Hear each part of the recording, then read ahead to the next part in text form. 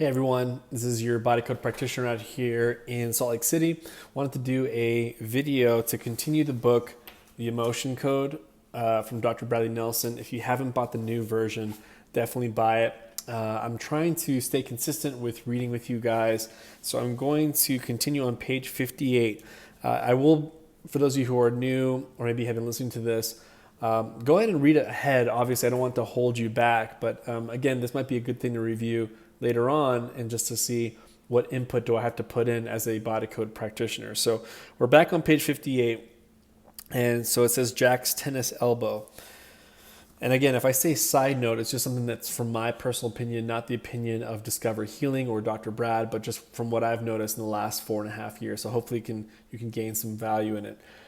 Again, so Jack's tennis elbow. Another example of how trapped emotion can cause physical pain came from a patient of mine named Jack.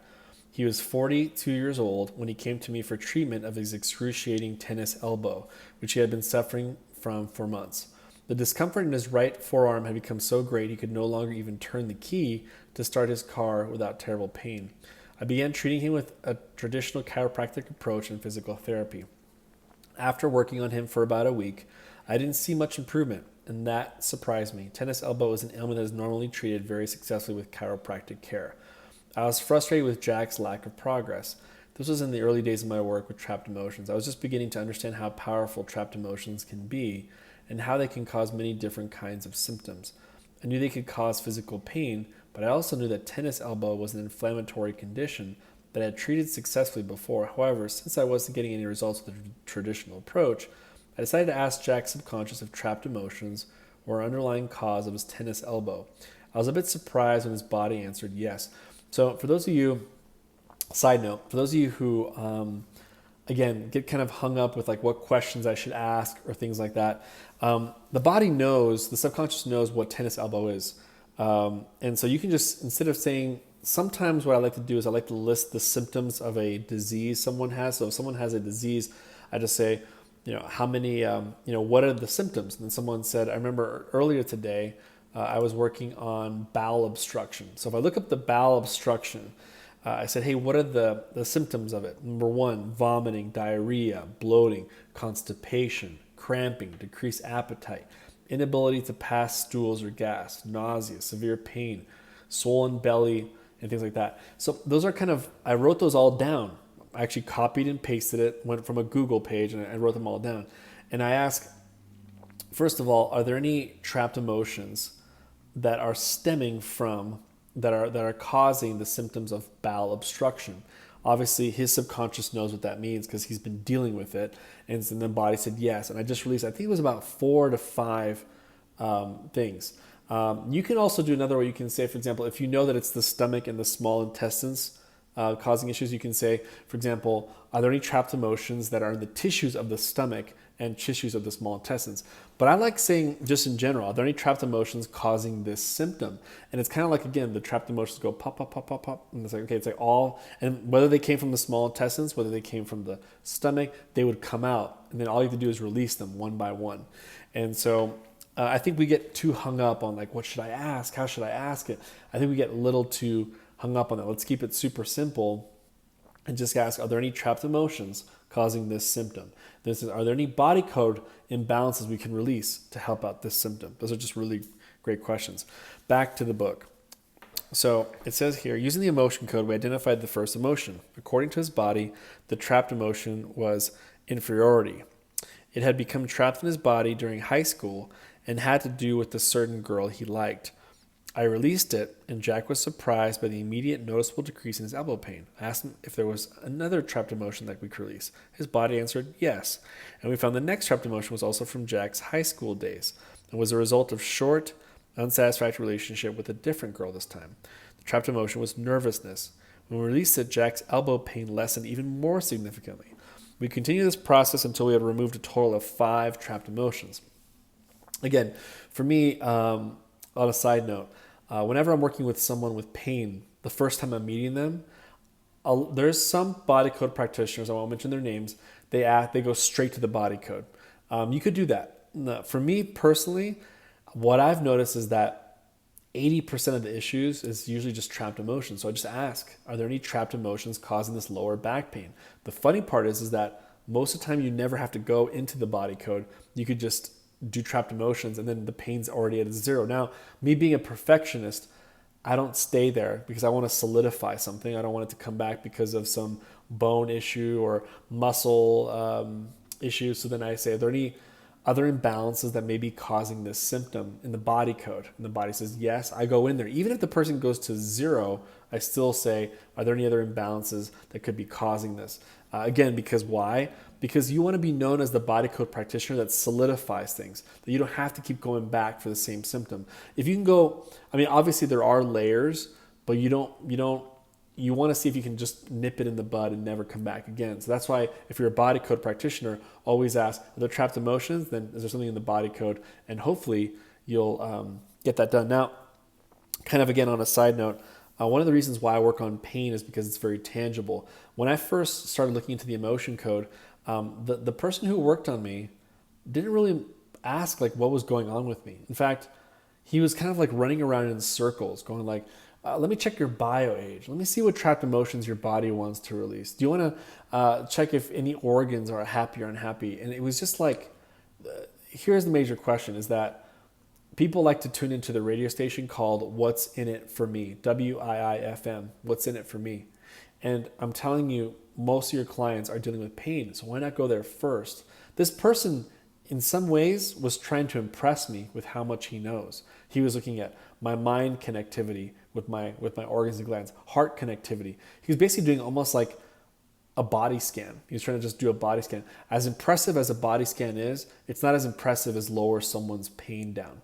And so that's why I always go forward with pain. Whenever I meet someone new, it's always pain.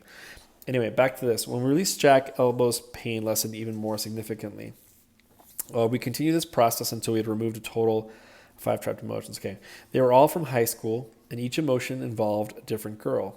His wife, who was there with him during his treatment, seemed amused. As we released each trapped emotion, the discomfort level in Jack's forearm noticeably decreased. The moment we realized the last emotion, his pain was completely gone. He turned his arm this way and that. He imitated turning the key in his car. There was no pain whatsoever. He had suddenly regained his full range of motion. His elbow joined, and I could reproduce no pain by pressing my fingers into the muscles of his forearm, which previously had been very painful to the touch. The result was astounding to all of us who witnessed it. Jack, by the way, side note, that is kind of neat how he touched it. I've met people that, they'll have a specific pain, and the pain to the touch is worse than when they move it. So I'll sometimes write in my notes, when he moves it, it's this pain. When he touches it, it's this pain. I like to do that. Why not? To get more specific, to show them sometimes how they decrease and what needs more work. And so you can be that specific. You can say, when they're not moving, this is the pain. When they are moving, it's this pain. When it's to the touch, it's this pain. You can notice the numbers will all keep going down. I'll ask for all the numbers and they'll keep going down. It's very impressive. Anyway, so he suddenly, Jack had been a tennis player during high school, but he hadn't picked up a racket in years. Trapped emotions tend to gravitate towards weaker areas of the body where there was extra stress, an injury or an infection, or some other imbalance. All these particular trapped emotions lodge in the tissues of Jack's forearm. I believe that this is because during high school, his forearm and elbow were being repeatedly stressed and even injured to a degree. At the same time, he was experiencing emotional distress and picking up trapped emotions from his failing attempts at romance. Remember, the trapped emotion will always land somewhere, likely a weak spot in the body. I still think if I hadn't been there and seen it for myself, I wouldn't believe it. As I continued to use the emotion code on my patients, I was amazed by how many conditions were actually being caused in whole or in part by trapped emotions, how destructive they were to my patients' health. Powerful healing occurs when trapped emotions are finally released. Who knows how much pain, unhappiness, and chronic illness can be completely avoided by eliminating trapped emotions. I quickly learned that some of the feelings trapped with my patients' bodies had been there for much longer than I would have thought possible. It made me sad to think that at some level, these patients had been suffering constantly for all these years, for something that is so easy to get rid of. Vision improved. I started working on my dad in the first month of, this is a testimonial from Stacy B. I started working on my dad in the first month of learning the emotion code. Within a few days, his lazy eye was tracking more regularly with the other one. Within 2 weeks, his chronic aching knee was much better, and recently, he walked the length of a 100-acre farm field, and at the end of the day, I asked him how his knee was. He was surprised to realize it was just fine. It would normally be really bothering him from the uneven ground and distance. He coincidentally had an appointment with an eye specialist to check the pressure in his eyes for glaucoma. It had been somewhat high, and they were keeping a close watch on it. I had been removing a lot of trapped emotions that were affecting his eye health. When he came back from the appointment, he said, well, my eye pressure is now normal. The doctor said I don't have to worry about glaucoma. Also, my vision is testing at 20/20, which makes sense because my glasses have gotten too strong, and I can't stand wearing them. Now I know why. Wow, very powerful. Phobias. A phobia is defined as an irrational, persistent fear of certain activities, persons, objects, or situations. I have found that trapped emotions are a significant cause of phobias, and often the only cause. Most people have one or more trapped emotions at the root of any given phobia they suffer from. Phobias can last a lifetime and can severely disrupt your life. Here's a lifelong claustrophobia that finally found relief, submitted by an emotion code user. Side note, one of my favorite phobias, and this is a very rare case, guys. It's not like this, like, oh, Emmanuel does this all the time. No, this is kind of like a special case where I worked on 2 phobias within 30 minutes. And I tried to ask if there was more things. It really wasn't. It was like some things in the body code, some things in the emotion code. But it was pretty amazing. One was fear of water. And what was the other one? Fear of water. Like fear of the ocean, kind of like fear of water. Oh, and fear of flying. And I did this with a lady, and I worked with her, and literally within 30 minutes, within the next day, she was flying, saying, I'm having the time of my life flying, and I'm in the water swimming, no big deal.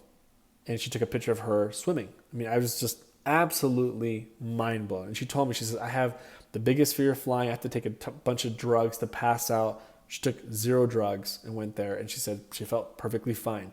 So this definitely works. I just want to do a little side note on that, on a personal testimonial. Will it always be 15 minutes each for each phobia? No. Could it take 1 or 2 sessions? Sure. But even then, what if you were to remove someone's phobia within an hour of work? I mean, it's still pretty amazing. You're still pretty advanced in that case. So anyway, back to the book. Claustrophobia disappears.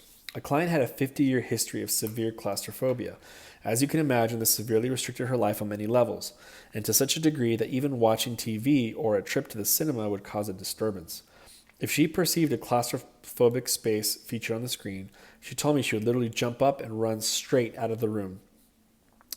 After our first emotion code session, she cheerfully informed me that for the first time in her life, she had been able to watch a certain type of program. She then proceeded to go into precise detail about everything she had seen on that program. The type of program where previously simply mentioning the title would have had her running out the door. She was thrilled to share all the details of everything she had gleaned from watching the program, Life on a Submarine by Christy W. Again, I wanted to do another side note. As I was going to, I have a lady who, she was a veteran, and she had fear of roller coasters, which was really sad because a lot of, she would decline to go with her daughter to go on roller coasters. And I was in the back, just seated back with her, going with the family, and I said, I need to, let me help you out with this phobia. She's like, yeah, I would love that. I would love to ride rides. Guess what, guys? She, like, literally in the car, I was just doing the body code. I was taking no notes. I was just kind of just like, okay, what do I find here? Is there anything else? There's still more. I just kept asking to the body, says, there's no more. I'm like, okay, there's nothing else in regards to that phobia. Let's see what happens. And guess what? First time ever, she was able to ride roller coasters, like happy and excited. It was really amazing, guys. Imagine how much burden it was on her to not be able to enjoy time with her daughter at Disneyland, Knott's Berry Farm, all these different places where her daughter was having the time of her life, but she couldn't join her. And just within 15 minutes of me being in the back of a car working on her, all of a sudden she has this amazing experience now with her daughter. She can finally enjoy. And I think they go every single year, so it's definitely something that she wanted improvement. Okay, so now we're on 62.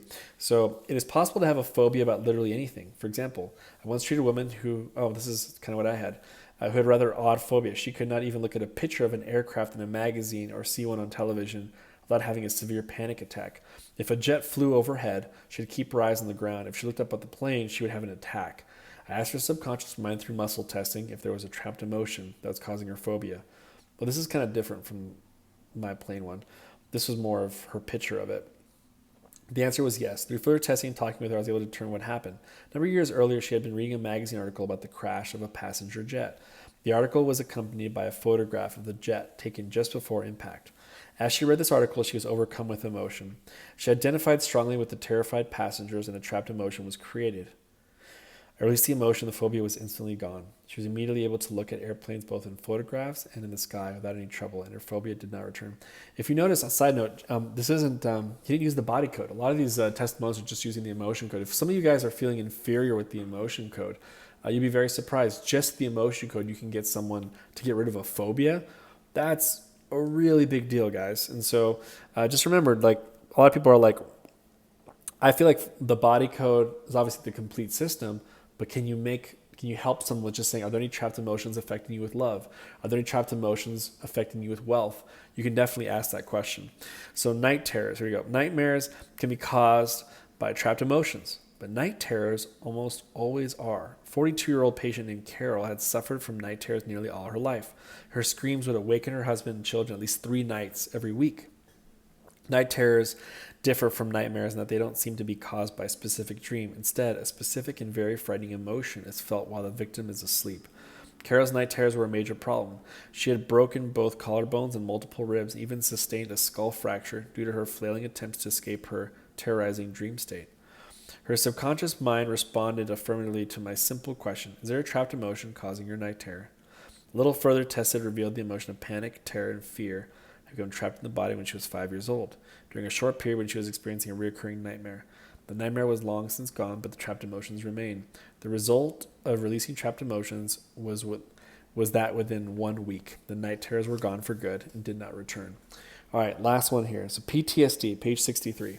Post-traumatic stress disorder, or PTSD, is a common and debilitating ailment resulting in emotional detachment, depression, anxiety, withdrawal from friends and family, and loss of interest in everyday activities. In addition, PTSD sufferers may have extreme emotional or physical reactions such as panic attacks, heart palpitations, and chills when they are reminded of the traumatic event or events that led to their PTSD. It is estimated that approximately 8% of adults will develop PTSD in their lifetime. Most people have a tendency to think of military or combat-related stress when they think of PTSD, but any terrifying, traumatic, or life-threatening event that is either experienced or witnessed can result in PTSD. PTSD and depression alleviated. This is a testimonial. We'll end right here. At the age of 49, my husband John was diagnosed with PTSD and depression from childhood trauma, a few traumatic accidents, 2 near-death illnesses, 20 years in an abusive first marriage, and a high-conflict divorce. To top it off, he lost his health and subsequently his physical ability to remodel homes, which he had done for over 20 years. He felt totally broken in mind, body, and spirit. He struggled to function in almost every way.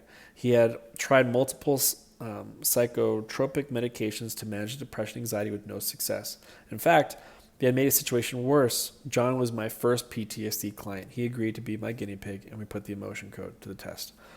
After clearing his heart wall, side note, very, very key, after clearing his heart wall, because we already have testing in the book somewhere here.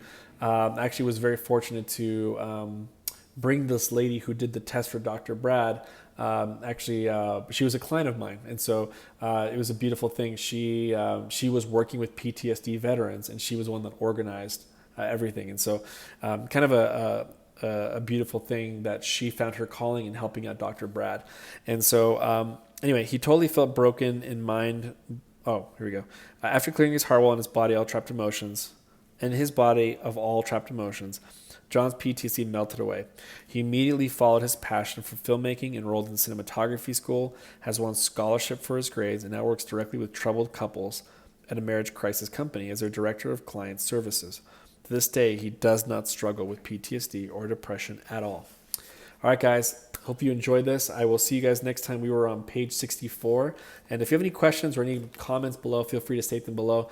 Also, if you can follow me on Instagram, I'm going to be doing some live healings there. So go look up Emmanuel Zavaios on there. There should be around Yeah, look up Emmanuel.Zevallos, Emanuel.Zevallos.